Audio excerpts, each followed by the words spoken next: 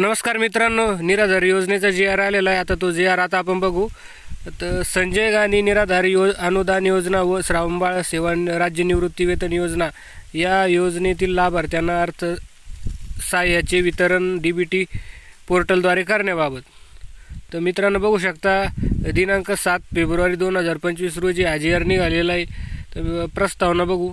सामाजिक न्याय आणि विशेष सहाय्य विभागाअंतर राज्य पुरस्कृत संजय गांधी निराधार अनुदान योजना व श्रावणबाळ सेवा राज्य निवृत्ती वेतन योजना या योजना आणि केंद्र पुरस्कृत इंदिरा गांधी राष्ट्रीय दिव्यांग निवृत्ती वेतन योजना, इंदिरा गांधी राष्ट्रीय विधवा निवृत्ती वेतन योजना व इंदिरा गांधी वृद्धापकाळ निवृत्ती वेतन योजना या योजना राबविण्यात येत आहेत. माहे डिसेंबर 2024 पासून सदर योजनेअंतर्गत पात्र लाभार्थ्यांना अर्थसहाय्याचे वितरण DBT अर्थात डायरेक्ट बेनिफिट ट्रान्सफर पोर्टल मार्फत करण्यात येत आहे. आता माहे जानेवारी व फेब्रुवारी 2025 या 2 महिन्याचे अर्थसहाय्य वितरण DBT पोर्टल मार्फत थेट लाभार्थ्यांच्या बँक खात्यात जमा करायचे आहे. तर ही शासनाच्या विचारात ही बाब होती. तर शासन निर्णय बघू. संजय गांधी निराधार अनुदान योजना व श्रावणबाळ सेवा राज्य निवृत्ती वेतन योजना या योजनेतील लाभार्थ्यांना माहे डिसेंबर 2024 पासून अर्थसहाय्याचे वितरण DBT पोर्टलद्वारे करण्यात येत आहे. क्षेत्रीय स्तरावरून दिनांक 28/1/2025 पर्यंत संजय गांधी निराधार योजना व श्रावणबाळ सेवा राज्य निवृत्ती वेतन योजना या योजनेतील DBT पोर्टल ऑनबोर्ड झालेल्या लाभार्थ्यांची संख्या 29,77,250 इतकी आहे. त्यापैकी DBT पोर्टलवर आधार व्हॅलिडेट झालेल्या लाभार्थ्यांची संख्या 19,74,085 इतकी आहे. माहे जानेवारी व फेब्रुवारी 2025 या 2 महिन्यांचे अर्थसहाय्य DBT पोर्टलद्वारे केवळ DBT पोर्टलवर आधार व्हॅलिड झालेल्या लाभार्थ्यांनाच करण्याचा शासनाने निर्णय घेतला आहे.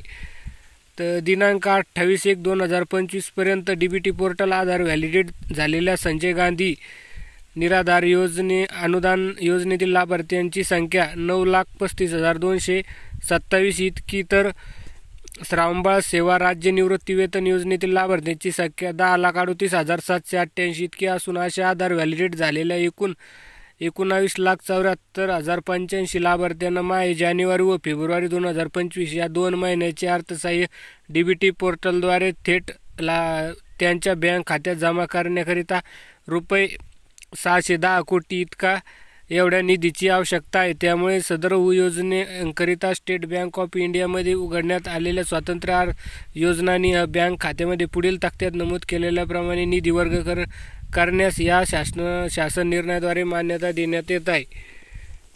तर बघू शकता मित्रांनो, सन 2024 आणि 25 एकूण मंजूर तरतूद. तर याच्यामध्ये संख्या दिलेली कशी आहे ते बघून घेऊ शकता मित्रांनो. अधिक माहितीसाठी महाराष्ट्र.gov.in या संकेतस्थळावर जाऊन JR बघू शकता. तर बघू शकता मित्रांनो, वरील प्रमाणे लाभार्थ्यांना अर्थसहाय्य वितरण DBT द्वारे करण्यात MHIT कॉर्पोरेशन लिमिटेड मुंबई यांनी तात्काळ आवश्यक ती कारवाई करावी. सर्व जिल्हाधिकाऱ्यांनी यांना कळविण्यात येते की संजय गांधी निराधार अनुदान योजना व श्रावणबाळ सेवा राज्य निवृत्ती वेतन योजना या योजनेतील लाभार्थ्यांना पुढील अर्थसहाय्य केवळ DBT पोर्टलवर आधार व्हॅलिडेट झालेल्याच लाभार्थ्यांना देण्यात येईल.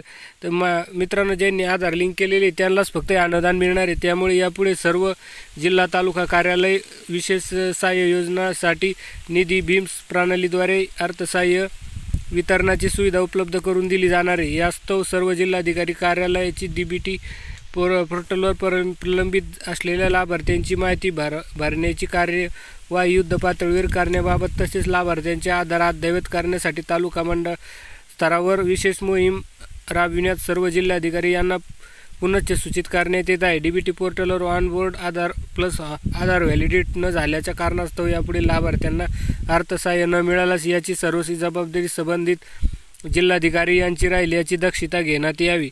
या अर्थसहाय्याबाबत सहसचिव अर्थसंकल्प सामाजिक न्याय विशेष सहाय्य विभाग हे नियंत्रक अधिकारी तसेच अवर सचिव रोख शाखा सामाजिक न्याय व विशेष सहाय्य विभाग हे आहरण व संवितरण अधिकारी राहतील. वित्त विभाग शासन निर्णय दिनांक 12/1/2023 नुसार सदरचे अर्थसहाय्य बिनशर्त आहे. त्याची सदर अर्थसहाय्य बघू शकता मित्रांनो. तर अशा पद्धतीचा हा GR होता.